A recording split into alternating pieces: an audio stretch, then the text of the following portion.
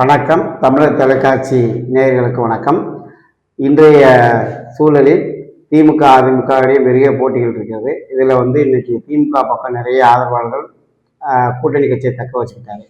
இந்த சூழ்நிலையில் முதல்வர்களுக்கு மார்ச் 1 பிறந்தநாள் வருது. அதை பற்றி நிறைய கேள்விகள் இருக்குது. மேடத்தை சந்திக்க வந்திருக்கோம். நம்ம திராவிட இயக்கத்தின் தலைவர் உங்களுக்கு நன்றி. வணக்கம். அப்புறம் இது ரொம்ப நாள் ஆச்சு நம்ம பேசி ஒரு வீடியோ இருக்கு. இப்போ முக்கியமானது என்னன்னா, தமிழக முதலமைச்சருக்கு 1ஆம் தேதி மார்ச் 1 பிறந்தநாள் வரும், அவருடைய பிறந்தநாள். ஸோ இதில் இந்த சூழ்நிலையில் ஓபிஎஸ் திமுகவில் சேர்ந்துருக்காரு. அவரை பற்றி நிறைய அதிமுக காரங்களும் பாஜக விமர்சனம் பண்ணுறாங்க. ஆனால் அவர் எடுத்த நிலை சரிதானா அப்படிங்கிறது உங்களுக்கு தோணுதா? நிச்சயமாக தோணுது. அவருடைய எடுத்த நிலைப்பாடு ஒரு தெளிவான நிலைப்பாடு, நல்ல நிலைப்பாடு. திமுகவை விட்டு வேற எங்க போவாரு? அவருக்கு உண்டான மரியாதை திமுக தான் தர முடியும். ஏன்னா அங்க மரியாதை இழந்து, தன்னுடைய சுயமரியாதை எல்லாவற்றையும் இழந்து எவ்வளவு கேவலம் பண்ணணுமோ அவ்வளவு கேவலப்பட்டிருக்காரு எடப்பாடியார். எடப்பாடியார் என்னைக்கு இந்த அம்மாவையே அப்படியே தூக்கி ஒரே நிமிஷத்துல எரிஞ்சாரோ அதே மாதிரிதான் இன்னைக்கு ஓபிஎஸ். ஏன்னா ஓபிஎஸ் எல்லாம் அவருக்கு நிகரானவர். 2 முறை முதலமைச்சர் இருந்திருக்காரு. ஓபிஎஸ் பார்க்க போனா எடப்பாடியார் ஒண்ணுமே கிடையாது. ஓபிஎஸ் 2 முறை முதலமைச்சராக இருந்திருக்காரு. அவருக்கு எல்லா ஆளுமை திறன் எடப்பாடியாரை விட அதிகமா இருக்கு. அருமையான ஒரு முதலமைச்சரா அம்மா அவருக்கு அவருக்கு அந்த பதவியை கொடுத்துட்டு போனாங்க. ஏன்னா இவர் சிறப்பான முறையில செய்வாருன்னு நம்பிக்கையோடு தான். ஆனா இபிஎஸ் தன்னை மட்டும் அவர் நிலைப்படுத்தி கொண்டு வேற யாருமே அந்த இடத்துக்கு வந்துடக்கூடாது, இவரை மீறி யாரும் ஒரு வடி கூட மேல போகக்கூடாதுன்னு நினைச்சுதான் ஃபர்ஸ்ட் சசிகலா அம்மாவை அப்புறப்படுத்தினாரு. கம்ப்ளீட்டா அப்புறப்படுத்தி அதுக்கப்புறமா ஓபிஎஸ் அப்புறப்படுத்துறாங்க. இந்த மாதிரி எல்லாருமே அப்புறப்படுத்திட்டாரு. இன்னைக்கு எல்லாருமே வந்தாச்சு. அது இருக்கிறவரை அந்த குடியார பையன் சண்முகம் தான் இருக்கு, நம்ம சிவி சண்முகம். அதே போல எனக்கு தெரிஞ்ச ஜெயக்குமார்லாம் இவ்வளவு வீராப்பா பேசுற ஜெயக்குமார் எல்லாம் பிஜேபி கூட்டணி வச்சிருக்காரு உங்க தலைவர். நீ என்னங்க ஜெயக்குமார் எல்லாம் நீங்க எல்லாம் செஞ்சது நல்லதுன்னு நினைக்கிறாரா இல்ல இது தவறுன்னு நினைக்கிறாரா? வாயே திறக்க மாட்டாரு. கொஞ்ச நாள் ஜெயக்குமாரே காணாம இருக்காரு. ஏன்னா வெளிநாடு போயிட்டாரா அரசியல் வேணாங்க. இதைத்தான் மதிப்புக்குரிய சின்னம்மா சசிகலா அருமையா சொல்லியிருக்காங்க. நானும் 9 ஆண்டு காலம் பொறுமையா இருந்தேன். ஆனா இபிஎஸ் எதையுமே கண்டுக்கல. காலில் விழுந்து நீ பதவி வாங்கிட்டு போன நீ பெரிய ஆளுக்கு காமிச்சுக்கிற. நானும் பொறுமையா இருந்தேன். இனிமே அது இருக்க வாய்ப்பு இல்லை. ஏன்னா அதிமுக ஒரு முக்கியமான கட்சி, அவங்க வளர்த்தெடுத்த கட்சி. நிறைய ஆபீஸ், அதாவது சின்னம்மா தன் தலையில அவங்களே மண்ணை வாரி போட்டுக்கிட்டாங்க.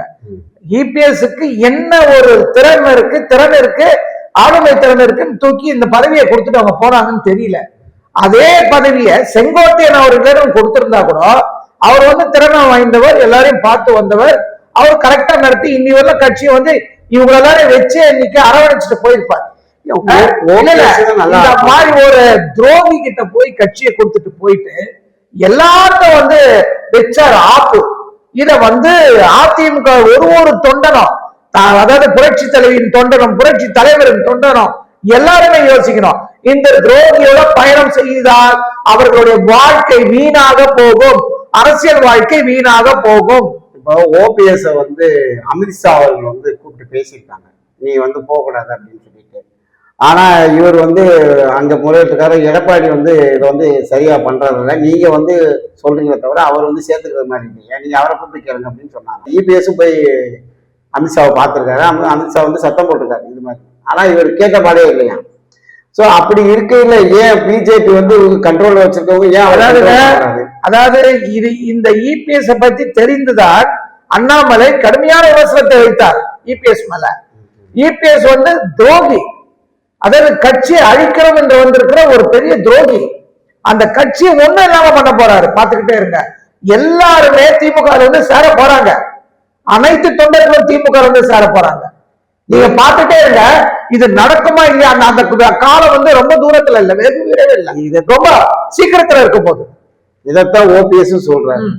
எம்ஜிஆரே திராவிட முன்னேற்ற கழகத்துல தாய் கழகமே திமுக தான். அங்க இருந்தா இவர் வந்தார் அண்ணா திராவிட முன்னேற்ற. அதே மாதிரி என்னுடைய தாய் கழகத்துக்கு நான் போயிட்டேன். இங்க நல்ல மரியாதை இருக்கு. அது மட்டும் இல்ல, ஒரு சிறப்பான முதலமைச்சர், நல்ல மக்களுக்கு நல்ல பணி செய்யறவரு. அதனால அவரோட நான் பாத்தீங்களா 2 பேரும் சிரிச்சுட்டு கட்டி பிடிச்சிட்டு இருக்காங்க. அதாவது முன்னாள் முதலமைச்சர் 2 முறை முதலமைச்சர் இருந்தாரு. யாரு? ஓபிஎஸ். ரொம்ப நல்ல மனிதர்.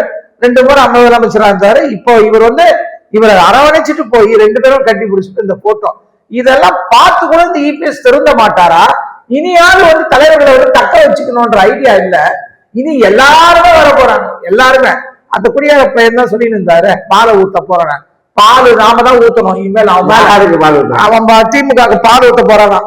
திமுக வந்தான்னா நான் ஒரு 10 பொம்பளைகளை வச்சு பால் அவன் மேல ஊத்துமான போறேன். அதத்தான் அமித்ஷாவே இதைத்தான் சொல்லியிருக்காரு.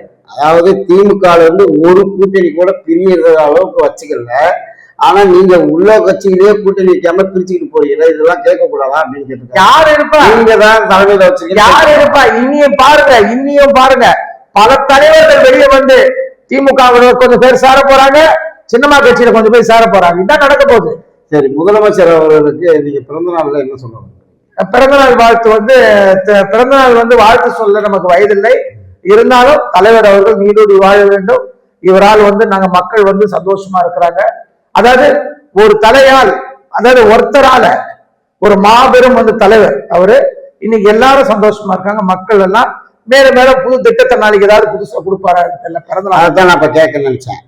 5000 ரூபாய் போட்டு மக்களை ஒரு ஆச்சரியத்தை ஆள்படுத்திட்டாரு. ஆனா இப்ப பிறந்த நாள் பரிசா ஏதாவது மக்களுக்கு செய்ய வாய்ப்பு இருக்கா? நாம தாங்க அவருக்கு செய்யணும், தலைவருக்கு. அதாவது தலைவர் வந்து இவ்வளவு சந்தோஷமா எல்லாரையும் வச்சிருக்காரு. பல நல்ல திட்டங்களை கொடுத்தாரு. கல்வி வந்து சிறந்தது என்று கல்விக்கு வந்து முதலிடம் கொடுத்து அதுக்கு வந்து தன்னுடைய பார்வையை அந்த கல்வியை நோக்கி போச்சு. கல்வியை சிறப்பாக கொண்டு வந்தார். இன்னைக்கு சாயந்தரம் அம்ஜிகரையில அவரு எங்களுடைய எம்எல்ஏ அவர் மோகன் சார், மரியாதைக்குரிய மோகன் சாருடைய அவருடைய மகன் மிஸ்டர் கார்த்திக் மோகன் அவர்கள் இன்னைக்கு வந்து அந்த பள்ளியை வந்து ஒரு கார்பரேஷன் பள்ளியை நீங்க நம்ப மாட்டீங்க சார், அதாவது ஃபாரின்ல இருக்கிற மாதிரி கொண்டு வந்தாரு.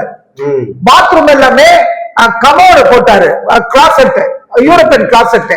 கேட்டாங்க, ஏங்க கத்துக்கிட்டோம் பிள்ளைங்க இந்த ஃபாரின் கிளாசெட்ல யூரோப்பியன் கிளாஸ்ல உட்காந்து கற்றுக்கொள்ளட்டும். அதனாலதான் நான் ஃபாரின் ஸ்டைல்ல கொண்டு வந்தேன். இன்னைக்கு சாயந்தரம் அதனுடைய திறப்பு விழா. இன்னைக்கு நம்ம எல்லாரும் போறோம். எவ்வளவு பெரிய சந்தோஷம். எந்த மாநிலத்துல பார்த்தாலுமே கல்வி சிறந்ததாக விளங்குகிறது தமிழ்நாடு மட்டும்தான். அது மு.க. ஸ்டாலின் என்ற முதலமைச்சராலதான், வேற ஒண்ணுமே கிடையாது. சமீபத்துல ஒரு மீட்டிங்ல பார்த்தோம், நம்ம பெண்கள் என்றாலே அழகு, ஆனால் அதை விட அழகு கல்வி. அந்த கல்வியை பெறுவதுதான் உங்களுடைய பெண்களுக்கு அழகா இருக்கும், அதுதான் உங்களுக்கான தகுதி இருக்கும், உங்களுடைய பாதுகாப்பாகவும் இருக்கும். அதனால கல்வியை கருதுன்னு சொல்லியிருக்காங்க. நான் ஒரு முரசொலியை கொடுத்திருந்தேன். அவர் தந்தையாக ஒரு பெரிய சொத்தை, கல்வி என்ற ஒரு பெரிய சொத்தை நமக்கு வந்து பிள்ளைகளுக்கு எழுதி அளித்தார் அப்படின்னு. இன்னைக்கு சாயந்தரம் வந்து நான் ரொம்ப சந்தோஷமா இருக்கேன். அந்த கார்பரேஷன் ஸ்கூல ஒரு ஃபாரின் ஸ்கூல் மாதிரி வந்து உண்டாக்கி இருக்காரு. கவர்மெண்ட் ஸ்கூல்ல அது வந்து இந்த தொகுதியான பெருமை வந்து அவரு இவருக்கும் மோகன் சாருக்கும், மரியாதைக்குரிய மோகன் சாருக்கும் அவருடைய மகன் வந்து கார்த்திக் சாருக்கும் தான் சேரும். ஏன்னா மோகன் சாருக்கு வந்து பக்கபலமா தன் மகன் இருந்து செயல்பட்டு கொண்டிருக்காரு. இந்த ஸ்கூல்ல வந்து அவ்வளவு சிறப்பா ஒரு ஃபாரின்ல இருக்கிற மாதிரி பிள்ளைங்க ஃபாரின் ஸ்டடிஸ் படிச்சுட்டு வர மாதிரி அந்த பிள்ளைங்க அந்த அதாவது ஒரு டைனிங் டேபிள் கூட உண்டு பண்ணி, டைனிங் ஹால் உண்டு பண்ணிருக்காங்களாம். அது பெரிய ஒரு சந்தோஷத்துக்குரியது. நாங்க எல்லாம் இன்னைக்கு அந்த விழாக்கு வந்து சந்தோஷமா போறோம். அதாவது கல்வியில் தலைநிமிர்ந்து நிற்கிறது தமிழ்நாடு முதலமைச்சர் மு.க. ஸ்டாலினாலே. ஆமா, உங்க கட்சியின் சார்பாக அவருக்கு பிறந்தநாள் வாழ்த்து சொல்லிட்டீங்க. தமிழர் தொலைக்காட்சியின் சார்பாக மாண்புமிகு முதலமைச்சர் பிறந்தநாள் வாழ்த்துக்கள். எங்களுடைய சார்பாக, கட்சி சார்பாகவும், ஆமா, எங்களுடைய தொலைக்காட்சி சார்பாகவும் பிறந்தநாள் வாழ்த்து. அவர் பிறந்தநாள் வாழ்த்து சொல்றார். நானும் நமது திராவிட இயக்கத்தின் சார்பாக நான் பிறந்தநாள் வாழ்த்துக்களை சொல்லிக்கிறேன். உலகளாவிய கிறிஸ்தவ கூட்டமைப்பின் சார்பாக நான் பிறந்தநாள் வாழ்த்துக்களை மாண்புமிகு மரியாதைக்குரிய முதலமைச்சர் அவர்களிடம் தெரிவித்துக் கொள்கிறேன். நன்றி, வணக்கம்.